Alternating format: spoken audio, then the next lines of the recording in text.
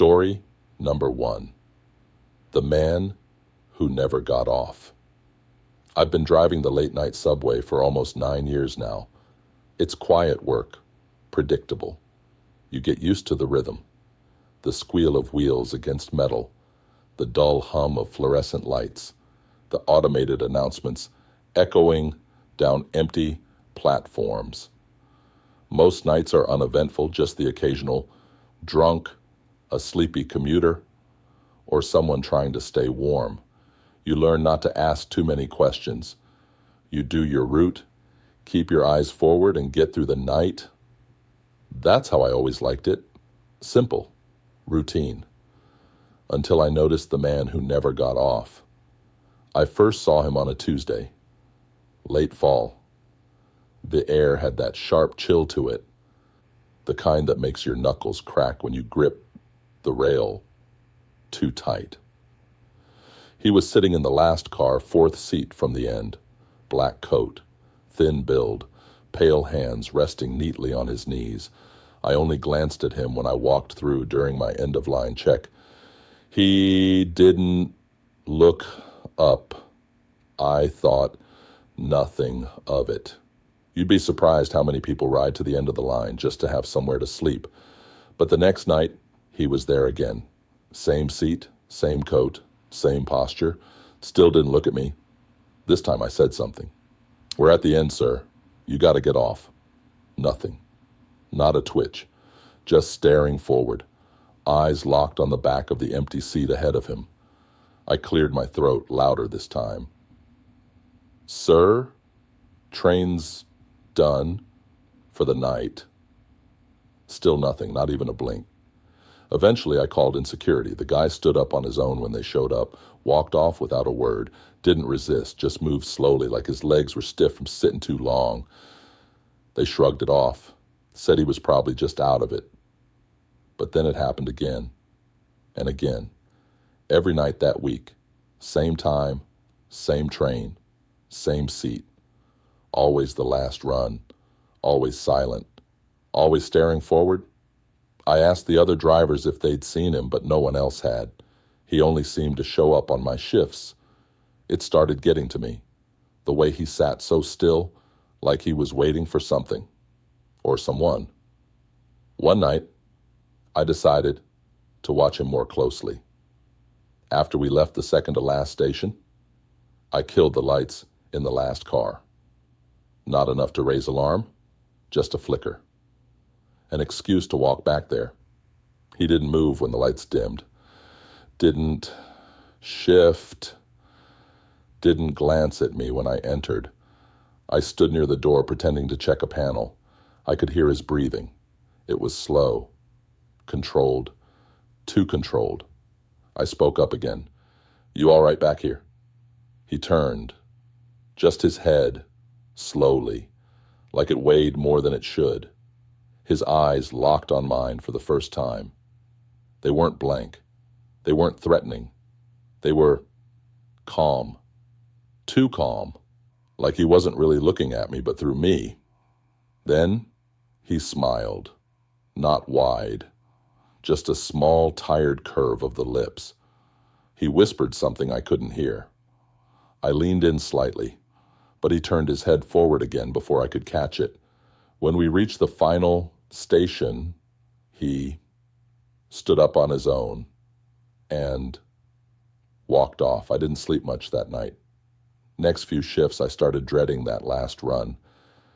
It's hard to explain why. He hadn't done anything, hadn't spoken, hadn't moved aggressively. But something about him felt wrong, like he didn't belong in the same reality as the rest of us. One night I got bold. I decided to follow him.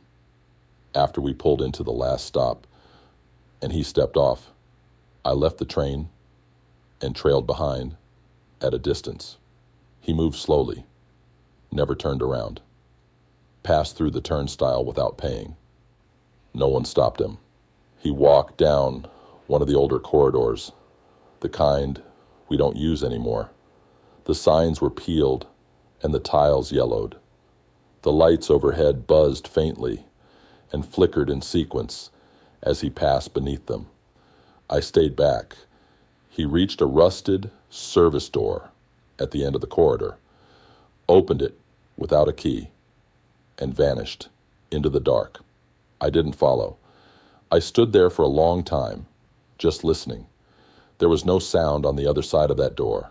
No footsteps, no clanging, just silence, heavy and strange. The next morning I asked around. There wasn't supposed to be any access beyond that corridor. The door had been sealed for years after an old storage room flooded. No electricity back there, no maintenance logs, no cameras. I stopped bringing it up after that. No one believed me, or maybe they didn't want to. I started changing my routine, avoiding that last car, skipping the end-of-line walkthrough when I could. But every time I did, I'd see him in the rearview mirror, same seat, same posture. Sometimes I'd feel eyes on me, even when the car was empty. One night, I found something on the seat, a folded piece of paper, old. The edges were yellowed and soft, like it had been handled a lot. No writing on it, just a rough sketch of me, standing in the operator's cabin, drawn in fine, obsessive detail. I quit a month later, filed it under burnout. Stress. Whatever they'd accept. I moved cities, found a job running the early morning bus routes. Less underground, less isolation. I told myself it was over. Until last week. I was walking home, cutting across a quiet part of town I didn't usually pass through. Out of habit, I glanced down into a subway stairwell as I walked past. It was shut down, graffiti covered, the kind of place people pretend not to notice. But someone was sitting on the steps, fourth from the bottom. Black coat, pale hands, just sitting, still, waiting. I didn't go down there, I just walked faster. But I knew. He wasn't waiting for a train. He was waiting for me. And now, sometimes late at night, I'll hear something faint, a low hum, like rails, like the sound of a train arriving. Even though I'm miles from the nearest station, I never look out the window when I hear it. I don't want to see who's still riding. I already know he never gets off. Story number 2. Last stop at 3:17 a.m. I used to work nights cleaning the subway station downtown. It wasn't the worst job. The pay wasn't great, but it was quiet, peaceful even. I liked that. Just me, the echo of my footsteps, the hum of the lights, and the occasional squeak of a rat somewhere out of sight. My shift started at midnight and ended just after 4. I'd sweep the platforms, wipe down the benches, mop the tiled corridors. I'd hum sometimes to keep myself company. But mostly, I just let the silence settle in. The station was old, one of the first in the city. You could feel it in the walls, thick stone, cracked in places, stained from years of leaks. The air had that underground smell, damp, metallic, with a hint of mold. You get used to it. There was this one corner of the station I never liked, though. Platform B, the far end. It was colder there, always. No airflow, no vents. But the moment I stepped past the middle column, the temperature would drop. Just a few degrees, nothing dramatic, but enough to make you notice. That's where the crying started. It was about 2 months into the job. I was sweeping near the edge of Platform B, around 3:15 or so, just before the final check. That's when I heard it, soft at first, a whimper, like someone holding back tears. I paused. Sometimes people wander in looking for shelter. That wasn't unusual. I called out just in case. "Hey, you all right?" No answer. I waited a few seconds, listening. The crying continued. A little louder now. Still soft. Still muffled. like it was coming from down in the tunnel. It felt wrong. I stepped closer to the platform's edge, peering into the dark tunnel. My flashlight barely reached a few feet in. Beyond that was just black. The crying stopped. I stood there a while longer, just listening. Nothing. Eventually, I shook it off. Figured maybe someone was playing a prank, or maybe I was just tired. Night shifts do that to your head. But the next night, it happened again. Same time, same place. 3:17 a.m. That time, I walked a bit further down the platform trying to pinpoint where it was coming from. The sound didn't move. It just stayed low and steady. Like whoever it was didn't know I was there at all, but I didn't see anyone. I asked my supervisor about it the next day. He looked up from his desk, gave me this weird look, then went back to typing. "You heard her, huh?" he said. I raised an eyebrow. "Her?" He nodded once, slowly. "It's always around 3:17. Just leave that side alone after 3. Don't bother her." I thought he was joking, but he didn't smile. I tried to laugh it off. Said something dumb like, "Ha, station ghost?" But he didn't respond. That's when I started asking questions. Other workers didn't like talking about it.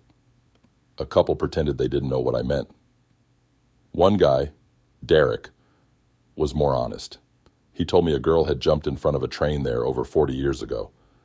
3:17 a.m. exact time. No cameras back then. Witness said she was standing still for a long time before she stepped off the edge. Just waiting. That was enough for most people to avoid the area. But I couldn't stop thinking about it. The next night, I brought my phone. Figured I'd record the sound. Maybe prove to myself it was just pipes or wind or whatever. I started recording around 3:10. Stood quietly near the middle of Platform B. Sure enough, at 3:17, the crying began. I didn't move, didn't speak, just listened. But this time, the crying turned into something else. Words, barely a whisper. I didn't mean to. That's all I caught. The rest dissolved into sobs. I stopped the recording and played it back right there. There was nothing on it, not even static, just silence. But I'd heard it. I know I had. I stopped cleaning that side for a while after that. I'd do a quick pass earlier in the shift and avoid it the rest of the night. My supervisor didn't say anything. He probably understood. Still, I'd catch glimpses, movement at the far edge, never clear. Just enough to make me turn my head, just enough to keep me thinking about it on the ride home. One night, I came in early to cover for someone. Around 11:30, I did my first walkthrough. Platform B was quiet, cleaner than usual, no signs of anyone around, but I noticed something strange. On the bench near the end of the platform, there was a folded paper napkin. Looked out of place. I picked it up. Written in pen, faint and shaky. "Don't let her see you." I dropped it.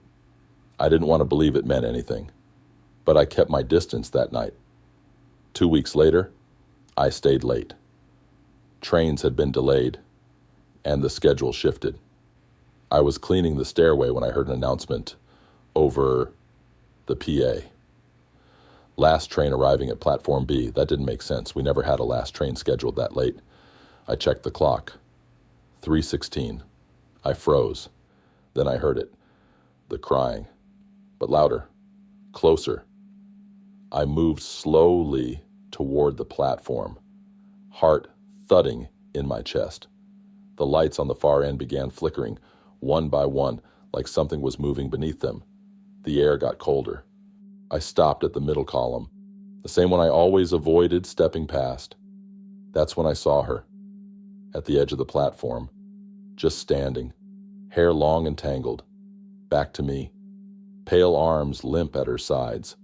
She wasn't moving, wasn't swaying, just still. I should have backed away, should have turned and walked straight out, but something about her kept me there. She took one step forward, then another, right to the edge. I couldn't move. She turned her head slightly, like she sensed me. That's all I needed. I stepped back, quick, but quiet. Didn't look back. Didn't stop until I was out of the station and standing in the street, breathing like I'd just run a mile. I didn't tell anyone. There wasn't anything to explain. The next night, I called in sick. Then I quit. I work mornings now. Coffee shop. No basements. No tunnels. No crying after midnight. But sometimes, when I'm walking home just before dawn, I'll hear a train horn in the distance, and I'll check the time. It's always 3:17, and I don't look behind me, not anymore. Story number 3, the friendly voice. I used to work as a station announcer on the Green Line, night shifts mostly. You know, the soft voice that tells you the train is arriving or to mind the gap. It was a simple job. I'd sit in this little booth tucked behind frosted glass about 30 feet from the main platform. Nothing fancy, just a chair, a mic, a cracked monitor for the security feed, and a switchboard that controlled the speakers in different parts of the station.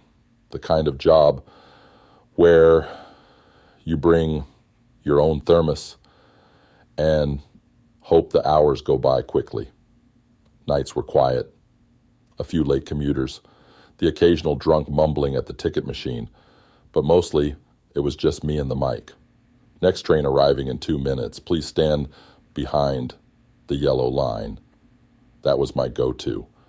I'd flick the mic off and lean back, watching the platform through the hazy glass. There was a rhythm to it, predictable, repetitive, safe.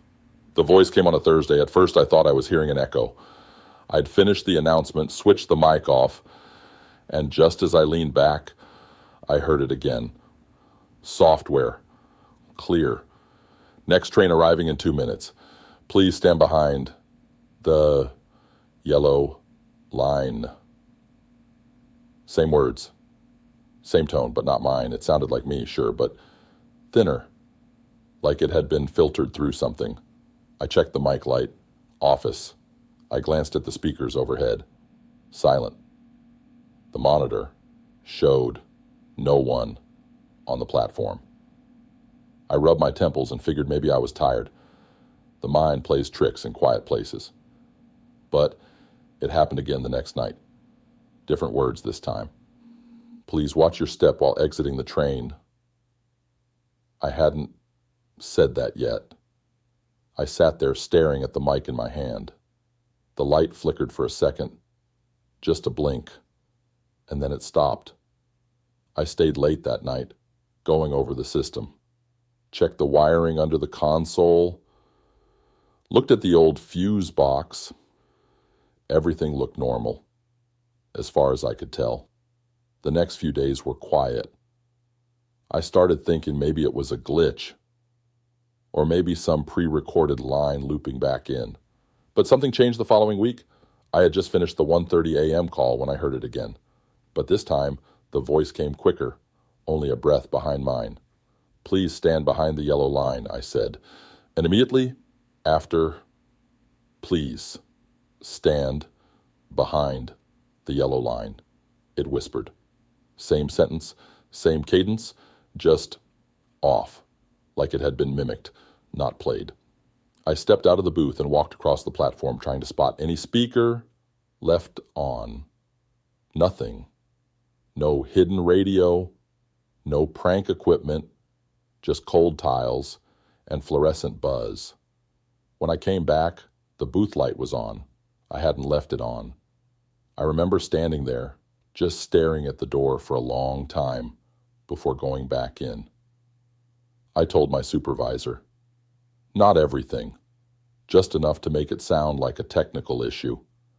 He said he'd send someone to look at it, I doubt he ever did. The voice kept coming, and it got bolder. Started finishing my sentences. Started saying things before I did.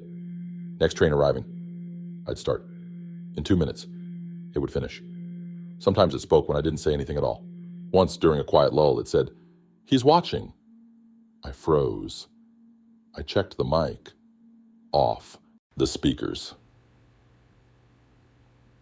Off. It didn't sound like me that time. It sounded younger. Curious. Almost cheerful. I shut off the booth lights and sat there in the dark for a long time, watching the platform through the glass. Empty. The monitor showed nothing. I started recording the announcements with my phone, tried to catch the second voice, but it never showed up on the playback. Just me. Always just me. One night, about halfway through my shift, I turned on the mic to make a routine announcement. The words caught my throat. There was already someone speaking. Software. Calm. Rhythmic. Train approaching. Mind the gap. Train approaching. Mind the gap. Over and over.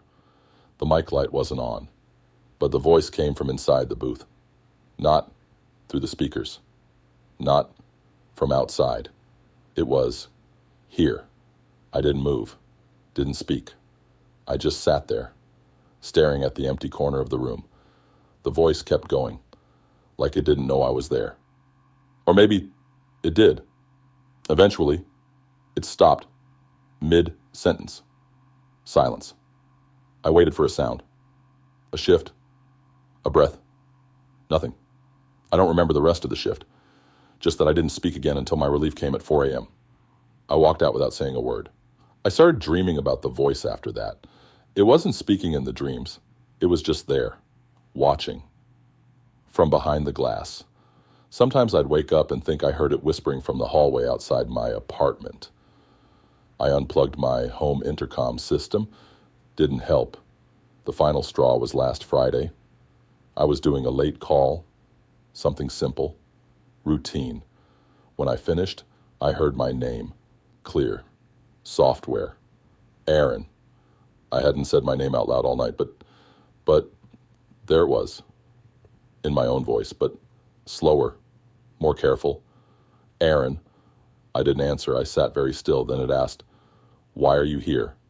The tone wasn't threatening, just curious, like it really wanted to know. I reached for the mic, not sure why, maybe to say something back, but the mic light was already on, and I hadn't touched the switch. That's when I stood up and left. Didn't clock out, didn't grab my jacket, just walked out of the station and kept walking until I saw other people again, real people, awake, alive. I haven't been back since. They've called me a few times, left messages, HR scheduling, even my supervisor once. But I don't answer. Sometimes when my phone rings, the name doesn't show up. Just a blank screen. Sometimes I pick up anyway, and there's no one there. Just soft breathing. And sometimes, if I listen long enough, I hear myself say, "Next train arriving in 2 minutes. Please stand behind the yellow line." Even though I didn't say anything at all. Story number 4. The Man in the Tunnel. It started with a shortcut. I'd been working the night shift at the station for a few months, mostly maintenance and system checks. The official entrances close after midnight, but workers have access through a side service hallway that cuts under the tracks. Saves a good 10 minutes, and when you're cold, tired, and just want to get home, that shortcut starts to feel like a gift. Most nights, I took it without thinking. Flashlight on, boots echoing against the damp cement floor, keys jangling. There's something oddly comforting about being alone down there. No noise, no crowds, just pipes overhead and the low hum of the subway's power grid vibrating faintly through the walls. But about 3 weeks ago, I saw someone down there. It was around 2:45 a.m., dead quiet. I had just finished locking up the platform gates and was heading through the tunnel. The corridor makes a sharp turn about halfway through, and that's when I noticed him. A man standing far down at the end, just past the curve, maybe 30 or 40 feet away. He wasn't moving, just there. I stopped walking. He didn't wave, didn't step forward. Just stood with his arms at his sides, shoulders slightly slumped, like he'd been waiting a long time. My flashlight caught the edge of his coat. It looked dark, maybe navy or black.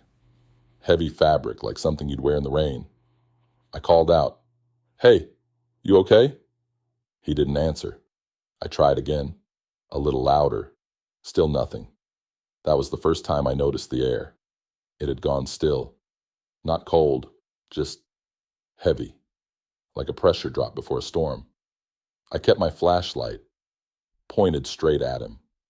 My hand was steady, but something about my legs didn't want to move. I don't remember deciding to turn back, but I did. Walked out the way I came, pretending like I didn't just see a full-grown man loitering underground in the middle of the night. Next morning, I reported it. Nothing dramatic. Just told the supervisor someone might have wandered in. He nodded, barely looked up from his desk. "People slip through sometimes," he said. "They never stay long." That should have been the end of it, but it wasn't. Next time I took the tunnel, a few days later, I saw him again. Same spot, same stance. Except this time when I stopped walking, he lifted his hand. Just a little. Not a wave. More like acknowledgement. That's when I started using the main exit again. I'd tell myself it was just a guy. A lost worker, maybe. Or someone sleeping rough.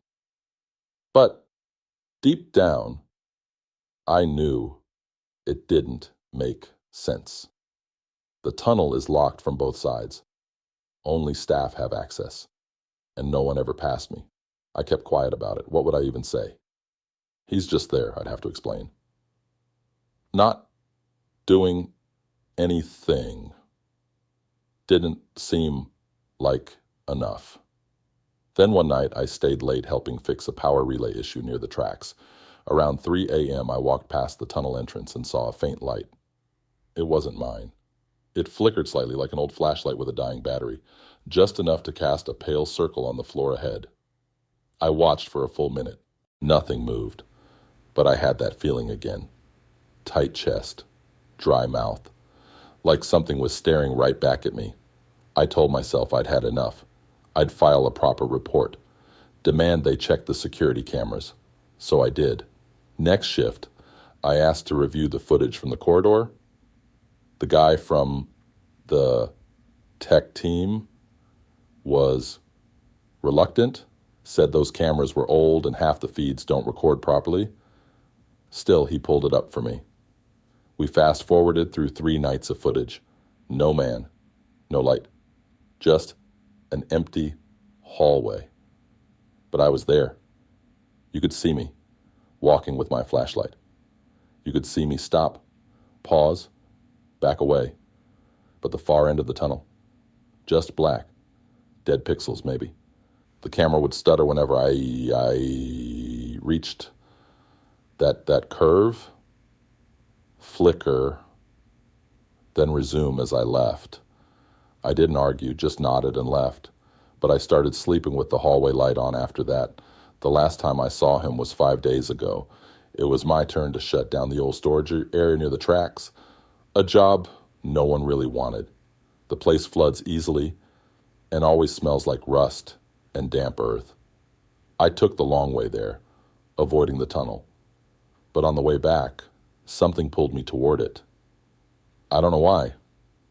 Maybe I thought if I just walked straight through, didn't stop, didn't look too closely, I could reclaim the space in my head that he'd started to take up. I turned on my flashlight and entered. It felt longer than usual. My footsteps echoed louder.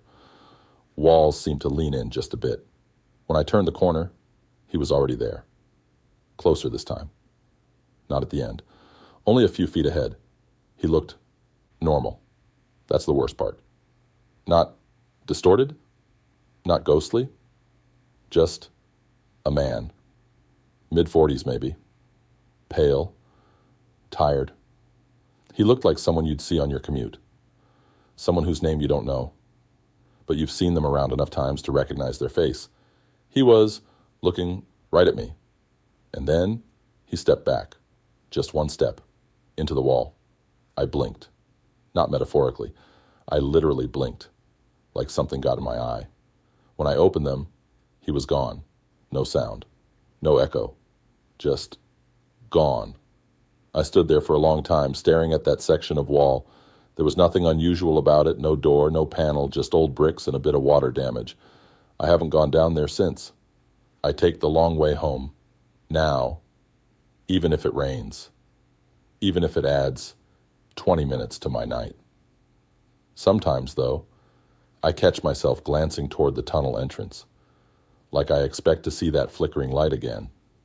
But I never do. And that's what unsettles me the most. Because if he really was just in my head, he should have come back by now. Story number 5. Track 6 is closed for a reason. I've worked the late shift at the station for 6 years now. Overnight supervisor. It's not the most exciting job, but I prefer the quiet. Fewer people, less noise, just me, the static hum of the fluorescent lights, and the rattle of the occasional train rolling through.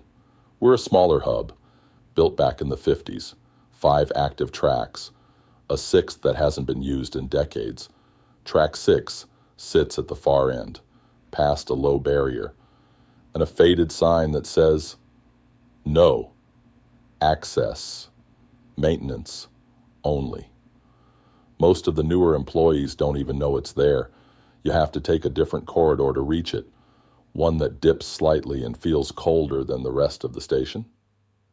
I didn't pay it much attention when I first started. It was just part of the old structure. Closed off for safety reasons, that's what they told me. But lately, I've been noticing things. It started with the announcements. One night, around 2 a.m., I was in the control room, sipping coffee and scrolling through the camera feeds when the PA system kicked on. No one had touched the mic. "Train arriving. Track 6. Please stand clear of the yellow line." The voice was calm. Even. Not ours. "We don't have announcements for Track 6. There's no button for it on the panel." I checked. I assumed it was a glitch, until it happened again. A week later, same time, same exact words, same voice. I walked down to the control cabinet and opened it up. Wires looked fine. Nothing was triggered. Still, I rewound the audio log and played it back. Nothing. Just silence, like it never happened. A few nights later, I was doing rounds and saw someone standing near the barrier by Track 6. A man, maybe mid-30s, wearing a brown jacket. He looked like he'd just stepped off a train. Head down, hands in his pockets, like he was waiting for something. I walked over. "Sir, that platform's closed. You're not supposed to be down here." He didn't answer. Didn't move either. Just kept staring down the tunnel. I tried again, this time a little louder.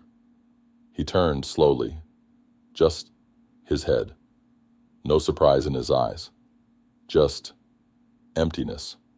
He nodded once, then walked past me without a word. I followed him up the main stairs, but by the time I reached the top, he was gone.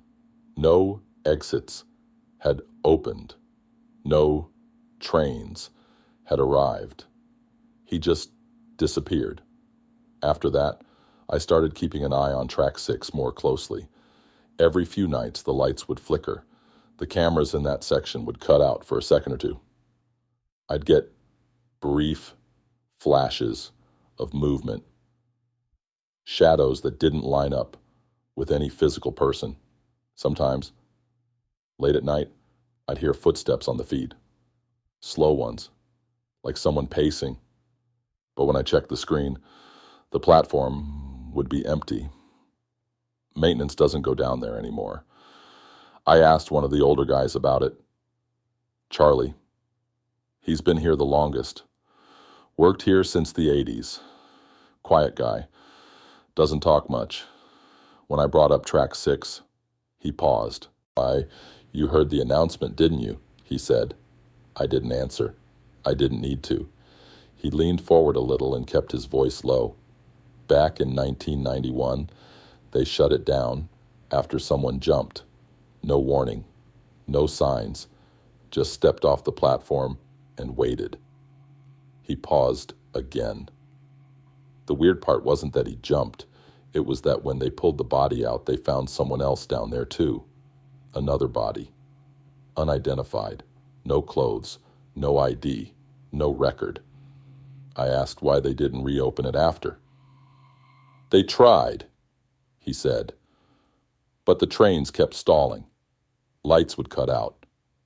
Engineers said it felt like hitting something that wasn't there. After a while, they gave up, covered it with signs, let it fade. Best to leave it be, he said. It's closed for a reason. I didn't press further, but that night, I stayed late. Around 2:30, I walked down to the far end, past the rusted sign, past the barrier. I had my flashlight and my radio, just in case. The air got colder the farther I went. It wasn't just the temperature.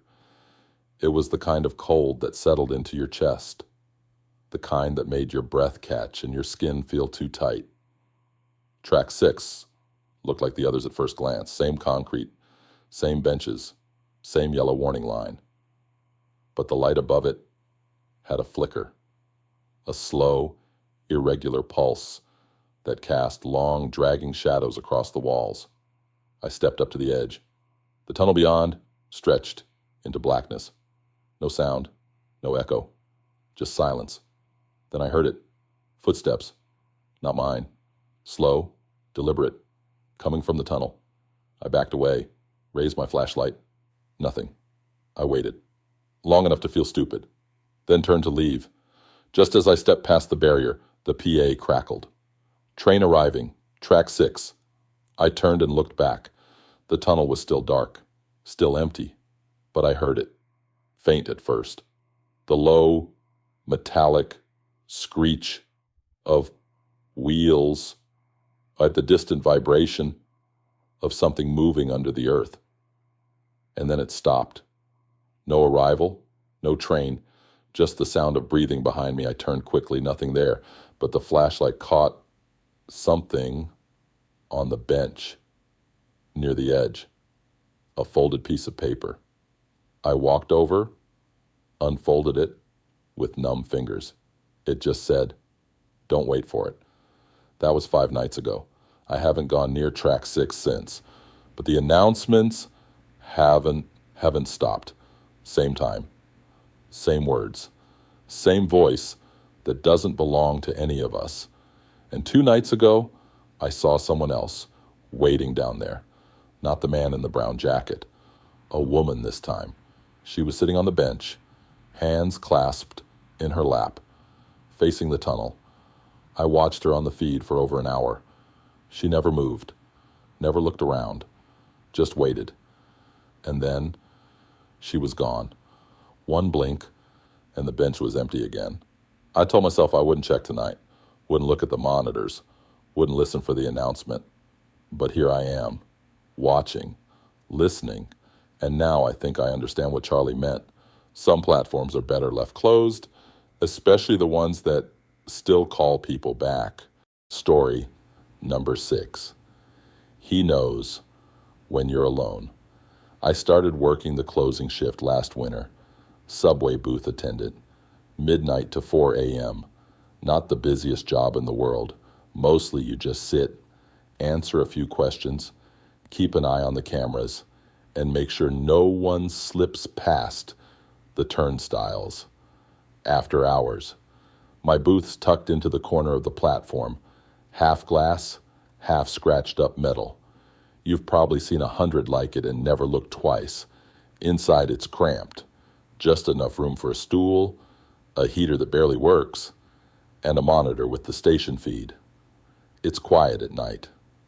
Real quiet.